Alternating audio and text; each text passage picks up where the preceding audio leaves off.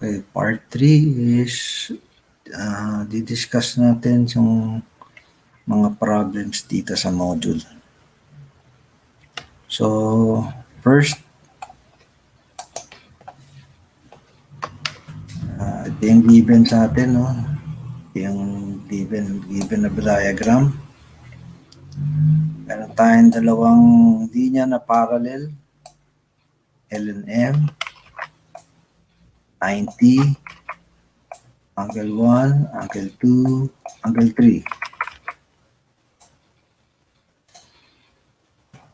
So, ang given sa atin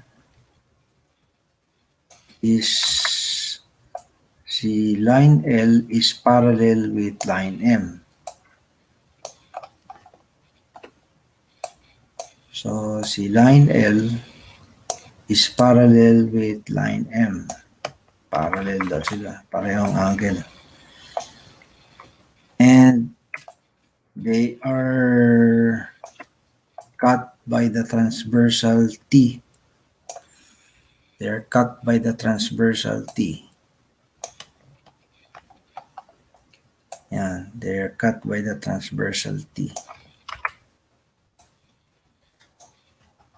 Prove daw natin na si angle 1 is congruent with angle 2.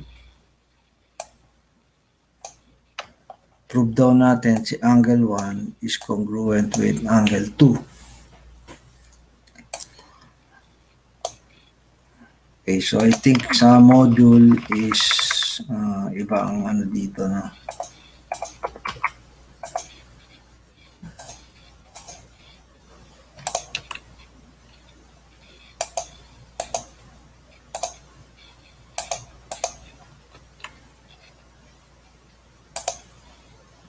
Iba yata nakalagay sa module dito.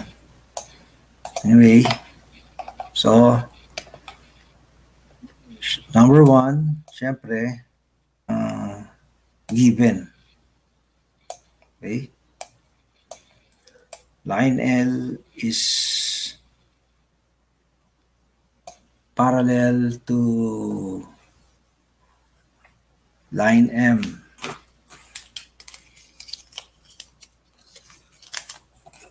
That's the given.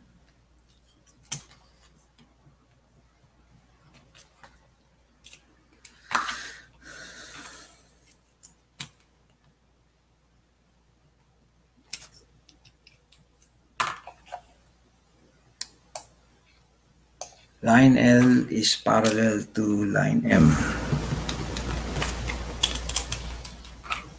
Yan ang given. Number 2, corresponding angles postulate. So kung titignan natin tong diagram, ang corresponding angles dito is angle 1 and angle 3. So ang isasagot natin is angle 1 is congruent with angle 3 because they are corresponding angles by the corresponding angles postulate. Number 3, si angle 3 daw is congruent with angle 2. So anong reason? Tignan muna natin kung ano yung angle 3 and angle 2.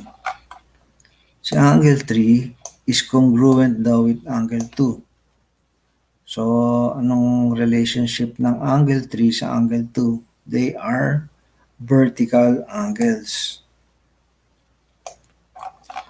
So ang lalagay natin doon is vertical angle theorem. Okay? Number 4, blanco. Siyempre, yun ang conclusion. Pag conclusion, lalagyan lagi ng ganito, yung tatlong dots. Ibig sabihin nun is therefore. Therefore, siyempre, pag conclusion, nandito na yung pinapaprove sa atin. Pinapaprove sa atin, angle 1 is congruent to angle 2. So therefore, ang angle 1 is congruent to angle 2. Now, anong reason natin kung bakit angle 1 is congruent to angle 2? Tingnan natin kung paano nangyari. So, angle 1 is kung pareho siya sa angle 3. No? Angle 1 ay pareho sa angle 3. Yung angle 3 ay pareho sa angle 2. So, ibig sabihin, yung angle 1 is pareho sa angle 2. Yan ang tinatawag na substitution property. Ang ginawa ko pala ay substitution property. Bakit substitution? Kasi ang angle 3 is congruent with angle 2. Okay? Dahil ang angle 1 ay pareho sa angle 3, then pwede kong palitan tong angle 3 ng angle 1. So, magiging angle 1 is congruent to angle 2. No? So, itong statement number 3, pag pinalitan ko tong angle 3 nitong angle 1, kasi pareho lang sila eh. Yung angle 3 at yung angle 1 magkapareho. Pag pinalitan ko tong angle 3 ng angle 1, ganito mangyayari. Angle 1 is congruent to angle 2 by substitution property. No, sinubstitute natin yung number 1 sa number 3. Yung number 3, pinalitan natin ng angle 1. Yung angle 3, pinalitan natin ng angle 1. Kasi magkapareho lang sila. No, congruent sila. So that's the proof for learning task 1. Na-prove na natin na ang angle 1 is congruent with angle 2. Angle 1 is congruent to angle 2. Actually, sa tingin ko hindi na kailangan i-prove yan kasi meron na tayong theorem yan eh. Yung angle 1 is an alternate interior angle with angle 2. So, by theorem, congruent na yan, dalawang yan. So, hindi na kailangan i-prove. Pinapaprove sa atin and sinagutan lang natin itong table. Pinapasagot sa atin. Learning task 2, ito ang given. Si line LO and si line VE ay perpendicular. Yan ang symbol ng perpendicular. Ayan, perpendicular. Ang baliktad na T. Perpendicular to line IM. Okay, so nasaan si line LO?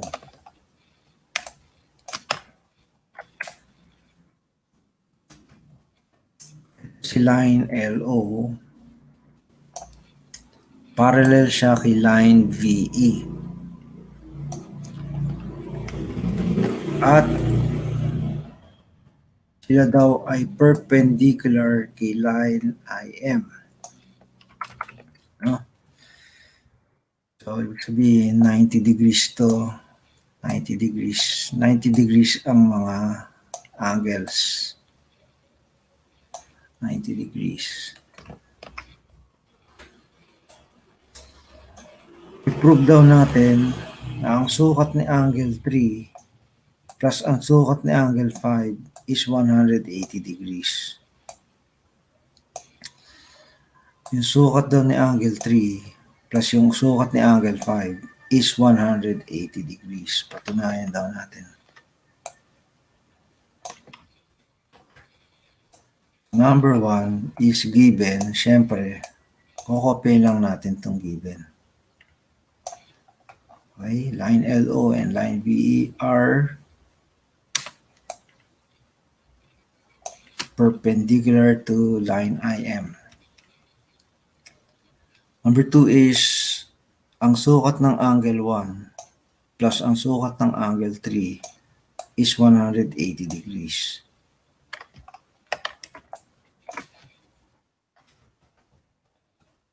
Yung sukat daw ng angle 1 plus yung sukat ng angle 3 is 180 degrees. Bakit? Because of the linear pair theorem. Linear pair sila di ba? Linear pair, magkatabi. Magkatabi at yung base nila is straight line. So, linear pair sila.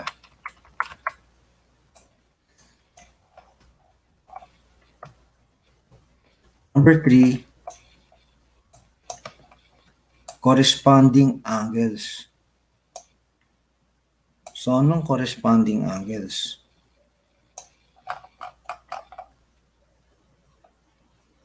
Si angle 1 is corresponding with angle 5. Tama ba? Okay? Kasi maghahanap tayo ng connection doon sa angle 5. Maghahanap tayo ng connection doon sa angle 5. Since lumabas si angle 1 at si angle 3,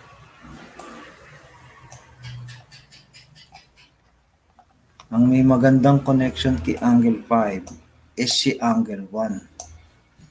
So, maghahanap tayo ng relationship ni angle 1 kay angle 5. So, based sa nakikita natin, si angle 1 is corresponding angle with angle 5. That's why lalagay natin dito si angle 1 ay congruent kay angle 5. Corresponding angles. Dahil sila ay, bakit si angle 1 ay congruent kay angle 5? Bakit daw si angle 1? Bakit daw itong si angle 1 ay congruent kay angle 5? Because they are corresponding angles. Okay? And the last line is parehong blanco. So, syempre, pag last line na, conclusion na. So, yung pinapaprove sa atin is yung sukat ni angle 3 plus yung sukat ni angle 5 is equal to 180 degrees. So, yan ang ilalagay natin sa last line.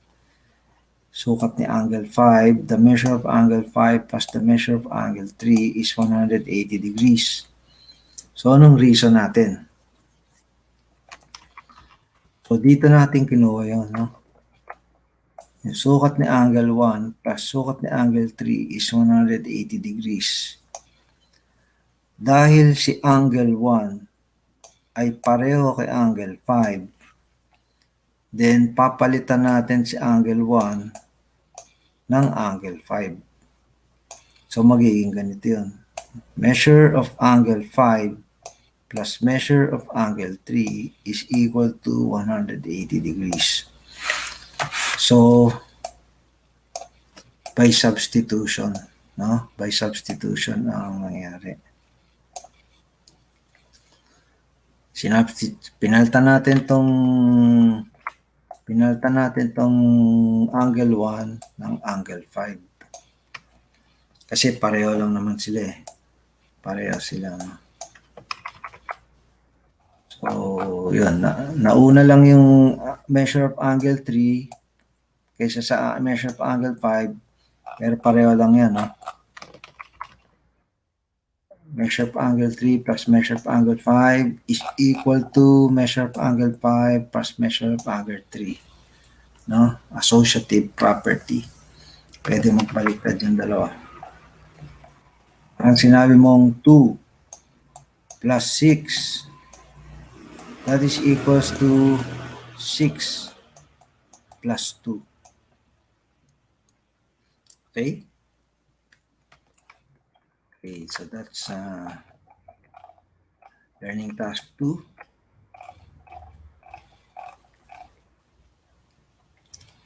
Scoring rubric. Assimilation.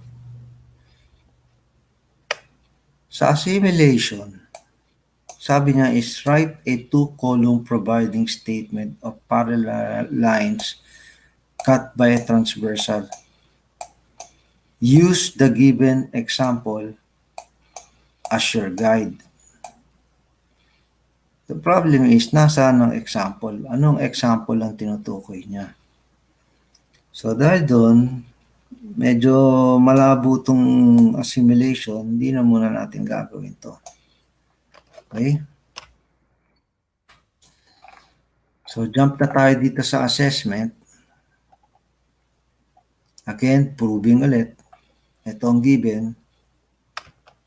Si line D ay parallel kay line E.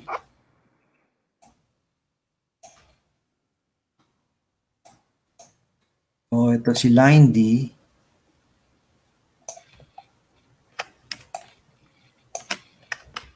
Ito si line D. Ito si line E. Line D, line E. Parallel daw sila. Line D, line E. Parallel daw sila. Okay? At sila ay cut by transversal F. So, dinaanan daw sila ng transversal F. Dinaanan sila ng transversal F.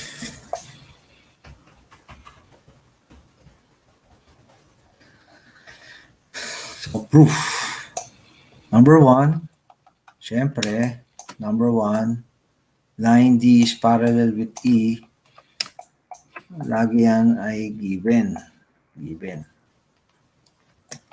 Number 2, may nakasulat ditong angle 1 is congruent to angle 6. Bakit? Tingnan natin yung drawing. Angle 1 is congruent to angle 6. So, ano kaya ang reason kung bakit na sinabing ang angle 1 is congruent to angle 6? Because they are vertical angles.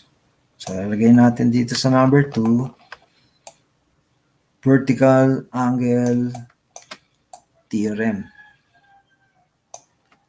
Okay, the vertical angle theorem. Number 3, yung sukat ng angle 1, actually, hindi congruent to, no? Dapat to is equals. Dapat to is equals, no? To is equals.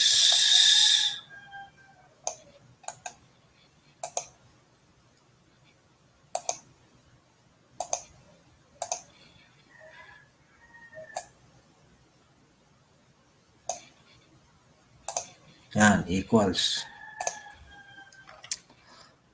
Bakit equals? Kasi ang pinag-uusapan na natin is yung sukat ng angle.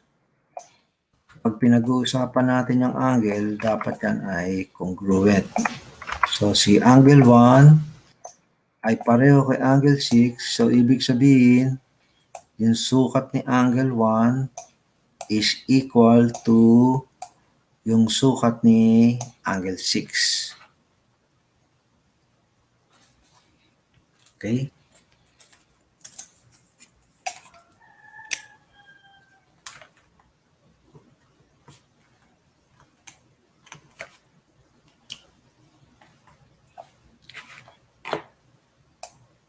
So, baka anong reason yun? The definition of congruence. Nakalagay dito, definition of congruence. So, ibig sabihin, yan. May sagot naman, no? Hindi naman nakablanko. Next is, angle 6 is congruent with angle 8. Bakit kaya? Angle 6 is congruent with angle 8. Angle 6 is congruent with angle 8. So, ano sa tingin nyo sa mga pinag-aralan nating theorem and postulate ang magsasabing angle 6 is congruent with angle 8? So, angle 6 and angle 8 are corresponding angles, no? Corresponding angles sila.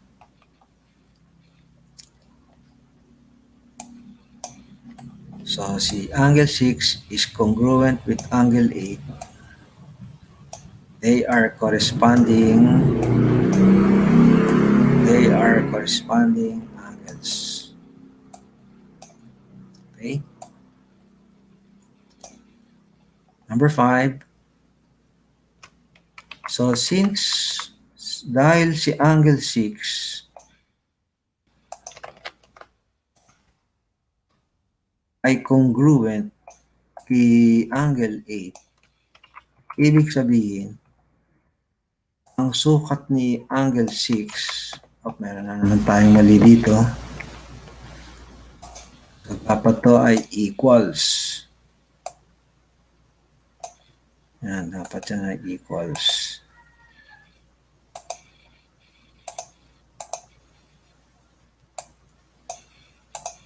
So, si angle 6, ang sukat ng angle 6 ay equal sa sukat ng angle 8. By definition of congruence. Kasi nga, congruent ang angle 6 at angle 8. No? Kasi nga sabi natin, si angle 6 is congruent with angle 8. Or in Tagalog, si angle 6 ay pareho kay angle 8. So, dahil si angle 6 ay congruent kay angle 8, then ibig sabihin, ang sukat ni angle 6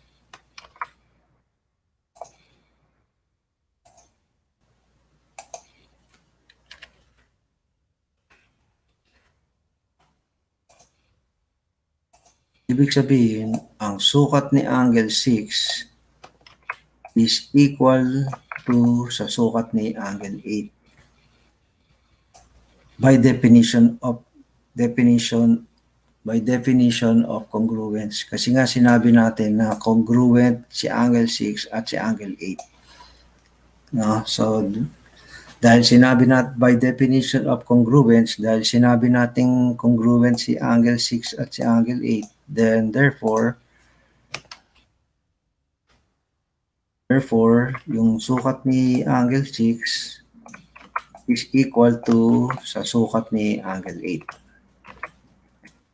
And then number 6 is the last line. Siyempre, andito na ang conclusion. Lalagay na tayo ng 3 dot, conclusion. And then, isusulat lang natin yung pinapaprove sa atin. Itong pinapaprove sa atin, yung sukat daw ni angle 1 is equal. Mali na naman to. So,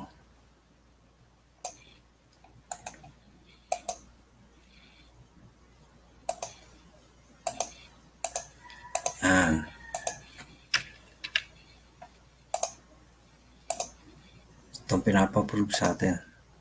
Ang sukat ni angle 1 ay equal daw sa sukat ni angle 8. No? Again, dapat equal kasi sukat yung pinag-uusapan natin dito. So, kukopyahin lang natin to.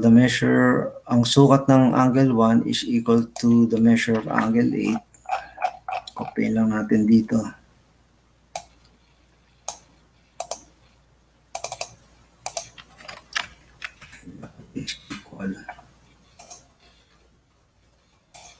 Okay?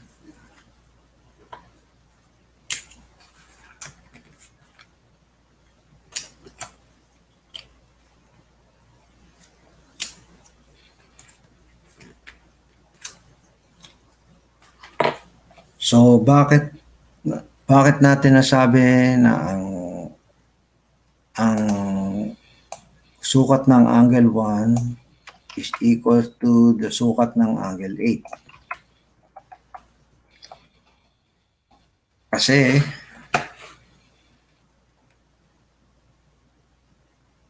yung angle 1 ay congruent sa angle 6.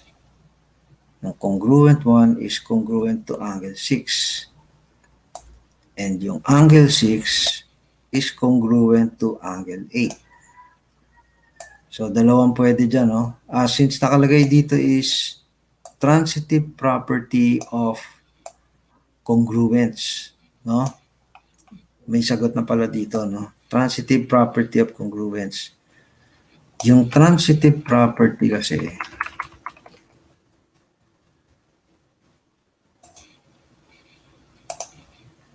no? Sabi dito, yung angle 1 ay equal daw sa sukat ng angle 6.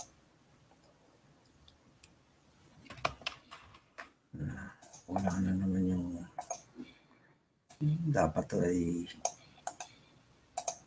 equals.